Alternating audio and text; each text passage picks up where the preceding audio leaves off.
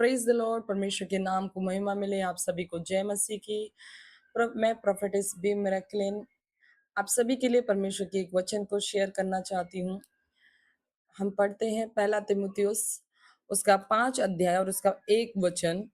किसी बूढ़े को ना डांट, पर उसे पिता जानकर समझा दे, और जवानों को भाई जानकर, बूढ़ी स्त्रियों को माता जानकर, और जवान स्त्रियों को पूरी पवित्रता से बहन जानकर समझा दे।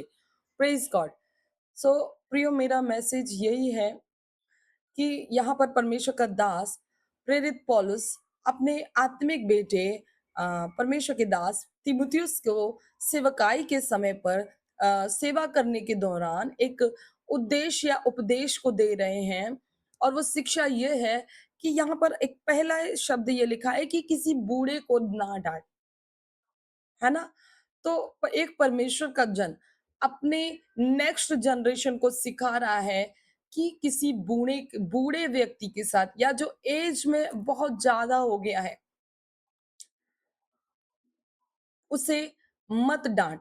हो सकता है तेरे पास बहुत अधिकार है, या आपके पास बहुत अधिकार है। मैं आपसे बात करूं तो यहाँ पर पौलुस उसे बता रहे हैं, हो सकता है, नहीं है ही। यहाँ पर तिमुथियुस को देखा जाए तो वो बहुत अधिकार में है। वो कलीसिया का प्रधान है। उस समय वो कलीसिया का अगुवा है। वो उन लोगों के ऊपर एक चरवाहा के तौर पर, या उनका संचालक, या उनको सिखाने वाला, या उनको मैनेज करने वाला, सारी बातें वो कर रहा है। Praise God. लेकिन उस दौरान भी जब उन्हें वचन की शिक्षा दी जाए, वो गड़बड़ करेंगे या वो तुम्हारी बात को नहीं समझेंगे। तभी भी उन्हें, किसी को भी, जब वो तुझे परेशान करेंगे, तू क्या नहीं करना है, उन्हें डांटना नहीं है। आप परमेश्वर के दास हैं, आप परमेश्वर के बेटे बेटियां हैं, आप अभिषिक्त हैं। लेकिन आ, हमने कलीसियाओं में भी देखा है, मैंने कई मैन ऑफ गॉड को देखा है, वो बुजुर्गों से या जिनकी एज है, उन्हें कभी भी वो डांटते नहीं, उनके साथ कोई प्रकार की बदतमीजी नहीं करते हैं। वो उनसे एक बहुत अदब और आदर के साथ रिस्पेक्टफुली बात करते हैं, व्यवहार करते हैं, जो कि कॉमन सी बात है कि हमें करना भी चाहिए, और परमेश्वर का वचन भी हमें यही सिखाता है, राइट? लेकिन प्रियो, इसी दौरान में कुछ लोग ऐसे हैं जो किसी बूढ़े व्यक्ति का आदर नहीं करते। और इस कैटेगरी में बहुत से ऐसे लोग हैं जो परमेश्वर के वचन से दूर तो हैं, लेकिन खुद को ऐसा समझते हैं कि परमेश्वर का वचन वे डेली उनके अंदर रहता है। अगर परमेश्वर से आप प्यार करते हैं, तो ऐसे लोगों से मैं कहना चाहती हूँ, परमेश्वर भी आपसे बहुत ज्यादा प्यार करता है। लेकिन परमेश्वर का प्रेम आपको किसी और व्यक्ति के लिए ठोकर रखना, या उनको बुरा फील कराना, या आपको उनके लिए उदासी का या अपमान का कारण बनाना कभी भी नहीं चाहेगा। परमेश्वर का प्रेम आपको हमेशा नम्र बनाता है, हमेशा हम्बल बनाता है। परमेश्वर का प्रेम आपको किसी का भी रिस्पेक्ट खराब करना, अपमान करना नहीं सिखाता।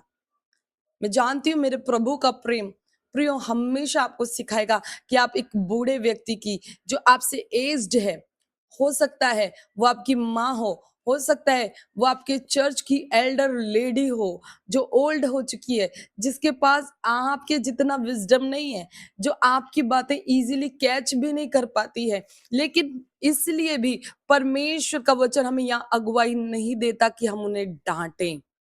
हालेलुया। हर एक बूढ़ा जो आपके चर्च में है, आपके घर में है, वो आपके लिए एक प्रेम से और आदर से आमेन व्यवहार करने का पात्र है। Praise God. आपको इस बात को समझना है। अगर आप प्रभु से प्रेम करते हैं, अगर आप उसके वचन से प्रेम करते हैं, तो आप प्रभु यीशु मसीह के द्वारा, प्रभु यीशु मसीह के लिए एक ऐसा पात्र बने जिसे देखकर लोग कहें कि हाँ, ये परमेश्वर का जन है और इसमें कुछ अच्छी और कुछ अद्भुत बात है। राइट? अगर आप परमेश्वर का जन है और आपको देखकर लोग कुढ़ रहे हैं, लोग टूट रहे हैं, तो प्रियो, आपको एक बार फिर से सोचने की जरूरत है कि क्या आप सच में परमेश्वर का जन है। प्रियो यहाँ पर मैं विशेष करके एल्डर्स के विषय में बात कर रही हूँ। You may have wondrous science, you may have deep knowledge, आपके पास हो सकता है बहुत गहरे प्रकाशन हो, बहुत बढ़िया डिवाइन नॉलेज हो, है ना? रेवोल्यूशंस होंगे आपके पास। लेकिन अगर आप अपने आप को इतना ग्रेट समझ रहे हैं, तो परमेश्वर आपको, मुझे नहीं लगता कि परमेश्वर आपको एप्रिशिएट करेंगे, क्योंकि बाइबल भी आपको एप्रिशिएट नहीं करती है, राइट? सो प्लीज, अगर आप कुछ कर सकते तो अपने आप को हम्बल बनाएं।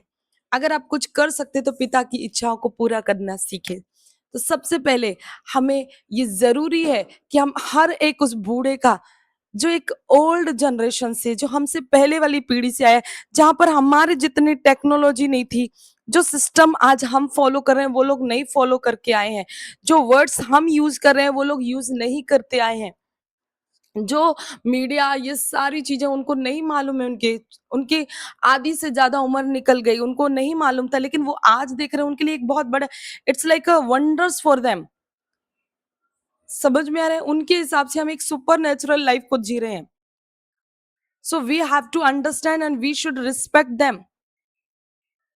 अगर वो आपके पेरेंट्स हैं और अगर आप उनको रिस्पेक्ट नहीं कर पा रहे हैं, then don't call yourself Christ child. आपको अपने आप को मसीह का बच्चा या एक मसीही कहने का हक नहीं है। सचमुच आप चाहते कि परमेश्वर, प्रभु यीशु मसीह आप पर प्राउड फील करें, आपको अप्रिशिएट करें, देन आपको अपने आप को हम्बल करने की जरूरत है। Your parents should not cry that because you know many things, you are very wonderful or great man of god or woman of god, but you are not respecting your parents, you are talking very badly with them, you are insulting your parents, you are not watching what either they have something or not. Don't call yourself man of god, woman of god. Never, never. You are not a believer. जो आपका, आप विश्वासी नहीं है फिर। एक विश्वासी अपनी चिंता करने से पहले अपने घराने की चिंता करता है। घराने में आज की पीढ़ी को ऐसा लगता है, they have only their wife, I am also someone's wife and children, I also have children, but it but जो ट्रूथ है, जो राइट है वो राइट है, और इस राइट वे को हमें फॉलो करना है। प्लीज, एक मसीही व्यक्ति अपने घराने में हर एक को रिस्पेक्ट करता है, हर एक को केयर करता है। मैं समझ नहीं सकती कि वो व्यक्ति यीशु का है, जिस जो अपने घर ही के अंदर आधे लोगों को प्यार करे और आधे लोगों को हेट करे। सी, तेरा पड़ोसी भी अगर भूखा है, नंगा है, तो तू उसकी केयर कर। सबसे पहले न्यू नियम में हमने पढ़ा, बाइबल में पढ़ा, व्यवस्था भ्रमण में भी हमने यही पढ़ा। परमेश्वर का वचन हमें बार बार पुराने नियम से नए नियम तक सिखाता आया है कि हम प्रेम करें, हम लोगों की परवाह करें। प्रेम केवल मुंह से नहीं होता, प्रेम केवल बातों से नहीं होता, पर वो काम करके दिखाया जाता है। वैसे ही रिस्पेक्ट भी अंदर नहीं रखनी है, उसको बाहर लाना है। इट मीन्स उसको करके दिखाना है। रिस्पेक्ट भी अपने कामों से आप करते हैं तो पता चलती है। हाँ, कोई कोई बोलता है, ऐसा नहीं है, वो दिखावा भी हो सकता है, तो प्रेम भी तो दिखावा हो सकता है ना। Praise God. विश्वास, प्रेम और रिस्पेक्ट, ये हमें करना पड़ता है, इसके एक्शन हमें दिखाने पड़ते हैं। अगर आपके एक्शन कुछ और बोल रहे हैं और आप कहते हैं कि मैं अपने पेरेंट्स का रिस्पेक्ट करती हूँ, मैं अपने पेरेंट्स का बहुत रिस्पेक्ट करती हूँ, no, you are not respecting.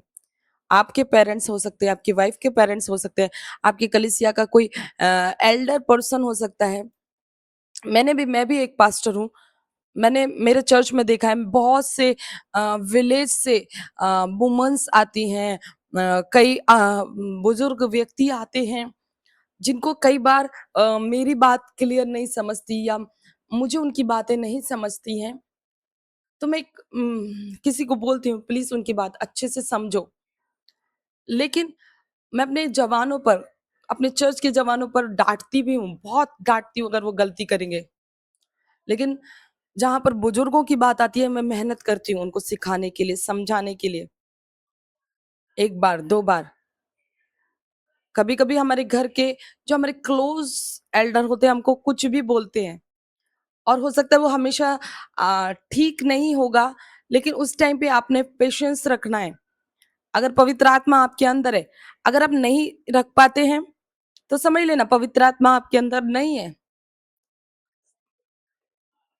क्या बात कर रहे हैं पास्टर जी? पवित्र आत्मा तो है, लेकिन अगर कार्यरत नहीं कर रहे आप लोग उसको, काम करने ही नहीं दे रहे पवित्र आत्मा को, तो फिर क्या फ़ायदा पवित्र आत्मा का आपके अंदर होने का? तो पवित्र आत्मा अगर आपके अंदर है, तो वो अपनी पूरी सामर्थ के साथ अंदर है। वो चाहता है कि वो आपके साथ कार्य करे, आपके व्यवहार में, आपकी बातों में, आपके स्टाइल में, आपकी डेली लाइफ में, हर एक बात में वो आपको जयवंत बनाए। आपको महिमा से महिमा तक वो बढ़ाए, लेकर जाए, ये उसकी इच्छा है, उसका डिवाइन पर्पस है। हालेलुया! पवित्र आत्मा के फल क्या है? प्रेम, आनंद, शांति, धीरज, कृपा, भलाई, विश्वास, नम्रता, संयम। सो हमें ये होना चाहिए, हमें संयम रखना है। अगर तुम्हारी माँ तुमको डाँटती है, पेरेंट्स कुछ बोलते हैं, तुम उनके लिए संयम नहीं रख पा रहे, सहन नहीं कर पा रहे, तो तुम्हें कलीसिया में खड़े होकर प्रचार करने का भी कोई हक नहीं है। क्योंकि वहाँ पर तुम दूसरों को क्या सिखाओगे अगर उसी वचन को तुम फॉलो नहीं कर रहे हो? परमेश्वर के वचन में लिखा है कि हमें वचन बोलने वाले नहीं बनना है, हमें वचन में चलने वाले बनना है। ये मेरे लिए मैं बोलती हूँ, ये आपके लिए मैं बोलती हूँ, ये हर एक उस व्यक्ति के लिए जो इस वचन को उठाता है। जब तक इस वचन को आप पूरा करने के लिए पैशनेट नहीं है, जब तक इस वचन को पूरा पढ़ते हो जैसा वैसा फॉलो करने के लिए, इस वचन के अनुसार जीने के लिए अगर पैशनेट नहीं हो, तो वचन प्रचार करने की धुन में कभी भी मत जाओ, कभी भी मत जाओ। उसमें दूसरे के लिए नहीं, आपके लिए सबसे बड़ा खतरा है। आपके लिए सबसे बड़ा खतरा है, क्योंकि उस दिन बहुत से बोलेंगे, हे परमेश्वर, हमने तेरे नाम से ये किया, हमने तेरे नाम से वो किया, हमने भविष्यवाणियां की, हमने दुष्ट आत्माओं को भगाया, हमने बीमारों को चंगा किया। परमेश्वर ने कहा, यीशु ने कहा, हे कुकर्म करने वालों, मेरे पास से निकल जाओ, क्योंकि मैं तुम्हें नहीं जानता। है ना? मत्ती अध्याय 7 वचन 21 आप पढ़िएगा। सो उसने वहां पर बताया कि उस दिन क्लियर हो जाएगा कि मैं किनको जानता हूँ, कौन मेरे भाई हैं। वे प्रवेश करने वाले वे हैं जो पिता की इच्छा पर चलेंगे। Praise God. मैं आपसे बोलना चाहती हूँ, यहाँ पर बाइबल हमें क्लियर करती है, ये आपकी रिस्पॉन्सिबिलिटी, अगर आपके घर में एल्डर्स हैं, आपके पेरेंट्स हैं, आपके ग्रैंडफ़ादर हैं, ग्रैंडमदर हैं, आप उनका रिस्पेक्ट करें। अगर आप कैपेबल हैं, काबिल हैं, तो आप उनकी केयर भी करें। आप उनके लिए प्रोवाइड करें। आपको ये ज़रूरत नहीं है कि आप उनके लिए प्रॉपर्टी खड़ी करें, है ना? आप उनके लिए बैंक बैलेंस करें, लेकिन आप आज उनको जो नीड है, वो दें। अगर आपके बैंक में हज़ारों हैं, लाखों की तो बात रहने दीजिए, और आप अपने बच्चों को अच्छा खिलाते हैं, तो अपने पेरेंट्स का ध्यान रखें। क्या मेरे पेरेंट्स कुछ अच्छा खा रहे हैं? मुझे कोई किसी के प्रति स्पेशल मैंने पॉइंट नहीं करना है, लेकिन मेरे सामने परमेश्वर का वचन है और वो वचन आपके भी सामने है। शायद आपने अभी तक उस वचन को नहीं देखा हो, और आज परमेश्वर का वचन हमें दिखा रहा है, और परमेश्वर का आत्मा मुझे बोला, उसके अकॉर्डिंग मैंने इस वचन को लिया और मैं आपके सामने बात कर रही हूँ। जब हमें ज़रूरत पड़ती है, हम तुरंत अपने जोश को, अपने रोष को, अपने यू नो अ, पावर को दिखाना शुरू कर देते हैं और उन बुजुर्गों का मुँह बंद कर देते हैं। क्योंकि मैंने देखा है अपने आस-पास ऐसे बहुत से मसीही लोगों को। चर्च में वर्शिप करने वाले मैंने लीडर्स को देखा है ना? चर्च में वर्शिप करने वाले आराधकों को देखा है, प्रचार करके पुल्पिट पे खड़े होने वाले लोगों को देखा है। लेकिन मैंने ऑब्जर्व किया है, उनके बात करने का, उनके उनके पेरेंट्स को रिस्पेक्ट करने का वे देख लेना आप, सीधा स्वर्ग दिख जाता है। क्या बोलेंगे? परमेश्वर आशीष करे। सो सच्चे मसीही हो, यीशु से प्यार करते हो तो अपने माँ-बाप से प्यार करो और उन बुजुर्गों का आदर करो जिन्होंने ज़िंदगी जीने में बहुत मेहनत किया, बाल-बच्चों का पालन-पोषण किया, बहुत मेहनत करके आए होते हैं वो, बहुत अपने लाइफ में संघर्ष किए होते हैं। इसलिए ऐसों का आदर करो, ऐसों का सम्मान करो, कभी जगह पर बैठे हो तो उनके लिए खड़े हो जाओ, क्योंकि बाइबल हमें सिखाती है कि बुजुर्गों के सामने, प्राचीनों के सामने, यानी कि जो हमारे एल्डर्स हैं, जो हमारे अगुवे हैं, जो परमेश्वर के जन हैं, उनके सामने, और जो प्राचीन हैं, 2 प्रकार के प्राचीन होते हैं, एक तो एज के प्राचीन है और एक आत्मिक प्राचीन है। तो दोनों के सामने आपने उठकर खड़े होना चाहिए। आमेन। रिस्पेक्ट करना चाहिए। पहली क्लास के बच्चे को भी पता है, चौथी, 5वीं, 12वीं तक मालूम होता है।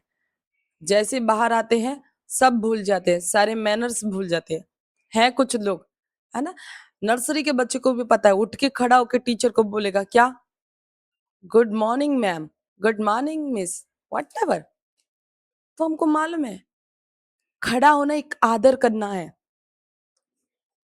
आलसी नहीं हो जाना है। Praise God. परमेश्वर के नाम को महिमा मिले, प्रभु आपको ब्लेस करे। सो यहाँ पर एक सेवक को, जैसे पौलुस ने बोला अपनी नेक्स्ट जनरेशन को, वैसे ही आज मैं आपसे बोलना चाहती हूँ, अगर आप मुझे सुन रहे हैं तो आपने आज अपनी लाइफस्टाइल में एक आदत को जोड़ना है, और वो ये है कि किसी बूढ़े व्यक्ति को आपने कभी डांटना नहीं है। आमेन। मैं भी फॉलो करूंगी, आप भी फॉलो करें। प्रभु आपको ब्लेस करे। God bless you. आमेन।